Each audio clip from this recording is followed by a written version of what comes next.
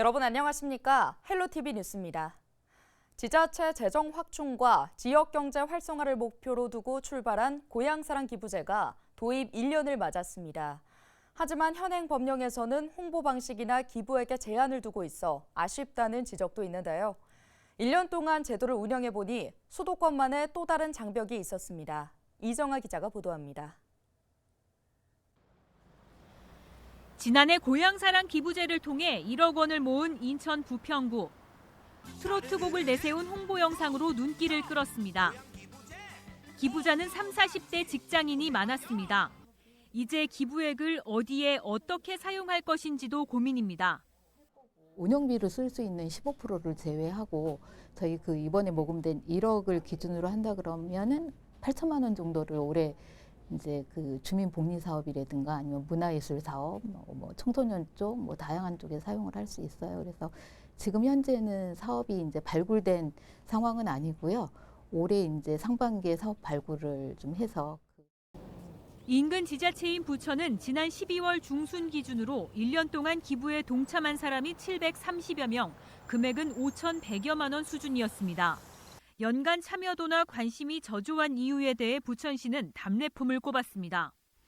지역 특산품이 다양한 지자체와 비교해 답례품 발굴에 사실상 한계가 있다는 입장입니다. 실제로 고향사랑 이음 시스템에서 답례품의 종류를 비교해봤더니 특산품이 많은 지역과 비교해 많게는 3배 이상 차이가 났습니다. 홍보 부족에 대한 지적도 있습니다. 부천시에서도 적극적으로 도전을 했겠지만 홍보 부족의 영향을 받아서 타 시군들과 비교했을 때 저조성은 인정할 수 있는 부분이라고 생각하기 때문에 그런 맥락점들을 올해 2024년도에서는 구비해서 좀 지속적으로 발전할 수 있는 그런 자세를 좀 취해야 된다고 생각합니다. 다만 부천에서는 연말 기부자가 추가로 500명 정도 늘며 1억 원에 가까운 기부금이 모였습니다. 연말정산을 앞두고 세액공제를 받을 수 있다는 이유에서 기부자들이 일시적으로 몰렸기 때문입니다. 아쉬움을 안고 2년 차에 접어든 고향사랑 기부제. 홍보 플랫폼을 확대하거나 자매결연을 맺고 있는 도시와의 협력을 통해 답례품을 선정해야 한다는 의견들이 일부 지자체를 중심으로 나오고 있지만 관련 규제의 완화가 선행돼야만 가능할 것으로 보입니다. 헬로티비 뉴스 이정아입니다. 부천시의회가 최근 열린 임시회에서 GTX B 노선 상동변전소 위치 변경을 위한 촉구 결의안을 채택했습니다. 채택된 결의안은 GTX B 노선 변전소의 설치 위치를 원점에서 재검토하고 대체 부지를 찾아 위치를 변경할 것을 촉구하는 것으로 26명 부천시의원 전원이 공동 발의했습니다.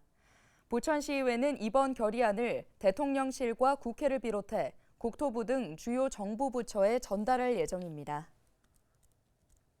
원희룡 전 국토교통부 장관이 최근 인천 계양구의 선거사무소를 계약한 것과 관련해 윤영선 국민의힘 계양을 당협위원장이 원희룡 전 장관의 계양을 첫 행보가 실망스럽다며 관련 입장을 밝혔습니다. 윤영선 위원장은 자신의 SNS를 통해 이재명과 원희룡의 구도가 기정사실화되고 있다며 낙하산 공청에 대한 지역 주민들의 반감이 상당하다고 밝혔는데요.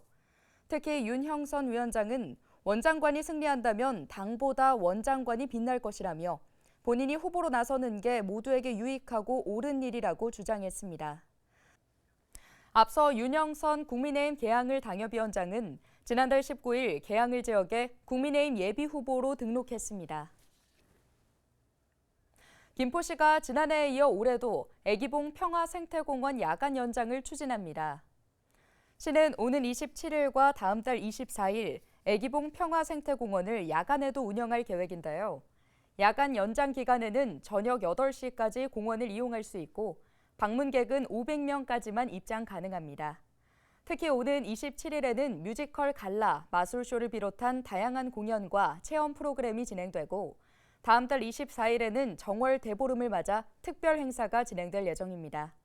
야간 관람을 원하는 시민은 김포문화재단 애기봉 평화생태공원 홈페이지를 통해 사전 예약하면 됩니다.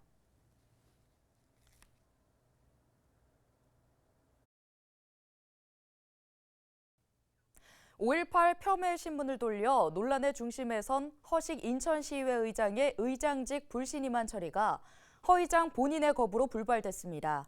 의원들은 상임위를 통해 본회의 날짜를 다시 잡고 해당 안건을 처리하겠다는 뜻을 전하기도 했는데요. 자세한 내용 송효창 기자가 취재했습니다. 23일 열린 인천시의회 제292회 임시회 제1차 본회의. 이날 안건 중 하나가 허식 의장에 대한 불신임 건입니다. 하지만 허 의장은 자신의 불신임 안건을 거부했습니다. 법리적으로도 근거가 없고 절차적으로도 이치에 맞지 않으며 왜곡되는 의청에 근거한 7항, 8항 안건은 좀 더 수기 기관과 의원총회를 통해서 의원들의 의견을 다시 한번 더 수렴한 후 상정해도 늦지 않을 것이라 판단하며 본의장은 상정을 거부합니다. 특히 허 의장은 안건 자체가 위법이고 본인은 잘못이 없다고 못 박았습니다. 단순한 요청에 의해 신문 교부 행위는 법령 위반도 아니며 직무를 수행하지 않은 것도 아닙니다. 오히려 의원들의 의정활동에 도움이 되는 적극적인 직무 수행이라고 생각합니다. 따라서 본회의장에 대한 불신임한 상정은 지방자치법상 사회에 해당되지 않고 오히려 불신임한 상정 자체가 무효하다고 보십니다. 결국 불신임의 건은 상정되지 않았고 산회했습니다. 이에 따라 허 의장에 대한 의원들의 불신임한 표결과 의결은 이루어지지 않았습니다. 이를 두고 여야 시의원들의 반발이 이어졌습니다. 허 의장이 산회를 할 수 없는 상황에서 무리하게 권한을 사용했다는 것입니다. 현행 지방자치법은 회의 참석 인원의 3분의 1에 못 미치거나 회의장이 소란해 질서를 유지하기 어려우면 산회할 수 있다고 규정하고 있습니다. 그러나 이날 시의회에서는 대부분의 의원들이 회의에 참석한 데다 소란도 없었습니다. 여야 시의원들은 다시 운영위 등을 열어 본회의 날짜를 새로 정하겠다는 방침입니다. 또한 허 의장에 대한 윤리특별위원회를 신속하게 추진해 징계 여부까지 결정하겠다는 계획입니다. 헬로티비 뉴스 송희창입니다. 서울의 월간 주택 전세 거래량이 6년 만에 가장 낮은 수준으로 떨어졌습니다. 서울 부동산 정보광장 자료를 살펴보면 지난해 12월 서울의 주택 전세 거래량은 2만 37건으로 집계됐습니다. 지난 2017년 12월 이후 최저치를 기록한 겁니다. 주택 전세 거래량은 아파트와 다세대, 연립, 단독주택을 모두 합친 수치입니다. 부동산 R114는 12월은 계절적 비수기이기도 하고 전세값이 오르니 임차인이 기존 계약을 유지하려는 경향이 커져 전반적으로 주거 이동이 적었던 것으로 볼 수 있다고 설명했습니다. 서울시가 24개월 이하 영아를 키우는 양육가정 외출을 돕는 엄마 아빠 택시를 올해 25개 모든 자치구로 확대합니다. 엄마 아빠 택시는 대형 승합차 택시로 카시트는 물론 살균 기능이 있는 공기청정기와 손소독제 등이 비치돼 있는데요.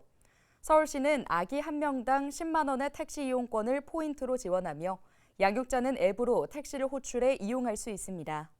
서울 엄마 아빠 택시는 지난해까지 16개 자치구에서 시범 사업으로 운영됐으며 3만 5천 명이 이용한 것으로 집계됐습니다.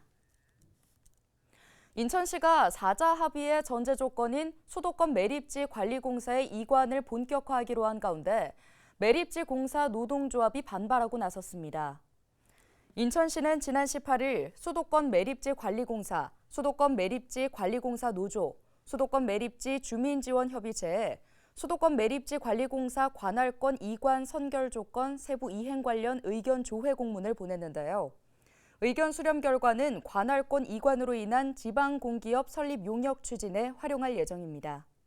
이에 SL공사 노조는 반발하며 아무 권한도 없는 공사를 인천시로 이관하는 것이 마치 수도권 매립지 종료를 위한 만능 열쇠라고 생각하는 것은 큰 오류라고 지적했습니다. 이어 진정으로 수도권 매립지 종료를 원한다면 대체 매립지 확보와 조성이 먼저임을 명심해야 한다며 인천시의 일방적인 졸속 행정이 이어진다면 시민사회단체, 지역 주민들과 장외투쟁으로 맞서겠다고 밝혔습니다. 한편 시는 3개월간의 용역을 마친 뒤 주민공청회와 SL공사의 지방공기업 설립에 대한 심의위원회 등의 절차를 밟을 계획입니다. 인천교통공사가 도입한 임금 피크제가 연령을 이유로 근로자를 차별한다는 법원의 판결이 나왔습니다.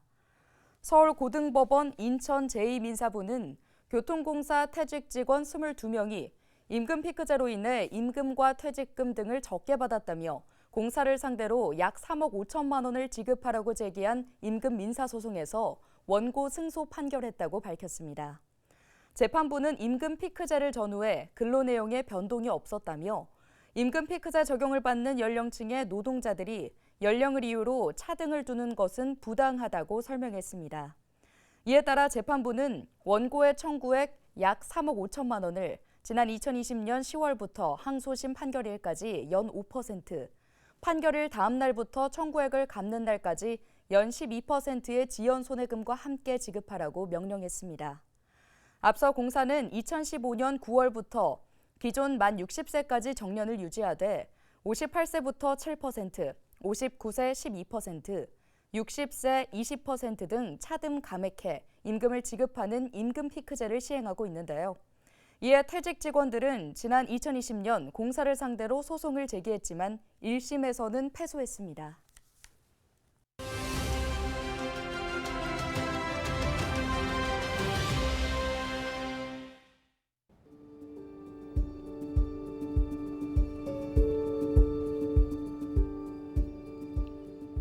정부가 대형마트에 적용하는 공휴일 의무 휴업 규제를 폐지하기로 했습니다.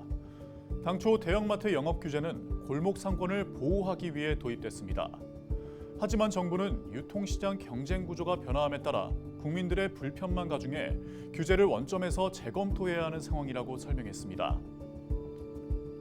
증권가에서는 의무 휴업일이 변경되면 대형마트의 단일 점포의 매출액이 기존 대비 4%가량 증가할 수 있을 것으로 전망하면서 대형마트 관련 주가도 상승했습니다. 대형마트 쪽은 이번 결정을 반기지만 일각에서는 반대의 목소리도 나오고 있습니다.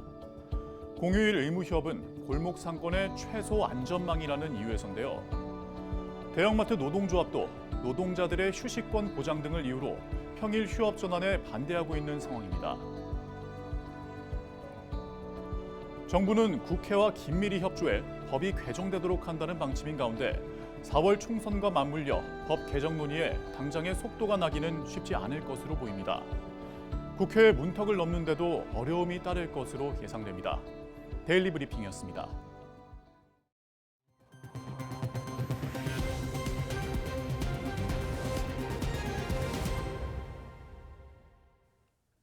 경기도교육청이 오는 3월 1일부터 학교폭력 전담조사관 제도를 운영합니다. 학교폭력 전담조사관은 퇴직 교원 또는 퇴직 경찰, 청소년 선도 보호 상담 활동 등의 유경력자로 위촉하는데요. 경기도교육청은 조사관 730여 명을 구성해 학교폭력 사안 처리의 전문성과 공정성을 강화할 계획입니다. 학교폭력 전담조사관은 학교폭력 사안 조사와 학교폭력 사례회의 참석, 결과 보고, 학교 전담 경찰관과의 정보 공유, 사안 조사 자문을 요청하고 필요시 심의위원회 참석 등의 역할을 하게 됩니다. 설 명절을 앞두고 5% 할인 혜택이 있는 서울사랑 상품권이 발행됩니다. 서울시는 설 연휴를 맞아 1,000억 원 규모의 서울사랑 상품권을 30일과 31일 이틀 동안 자치구별로 발행한다고 밝혔는데요. 성북구 등 13개 자치구는 30일에, 은평구와 양천구 등 12개 자치구는 31일에 살 수 있습니다. 구매는 서울페이 플러스, 티머니페이 등 5개 애플리케이션에서 5% 할인된 금액으로 1인당 월 50만 원까지 구매할 수 있습니다. 보유 한도는 1인당 150만 원입니다. 서울사랑 상품권은 각 자치구 내 가맹점에서만 사용 가능하고 구매 이후 상품권을 사용하지 않았다면 전액 취소할 수 있습니다. 서울시는 서울사랑 상품권에 관심 있는 시민은 미리 서울페이 플러스 등 구매 앱을 내려받아 회원가입해달라고 당부했습니다. 상품권 발행 시간에 맞춰 회원가입이 집중되면 시스템 부하 등으로 처리가 지연될 수 있기 때문입니다. 오늘 준비한 소식은 여기까지입니다. 함께해 주신 여러분 고맙습니다.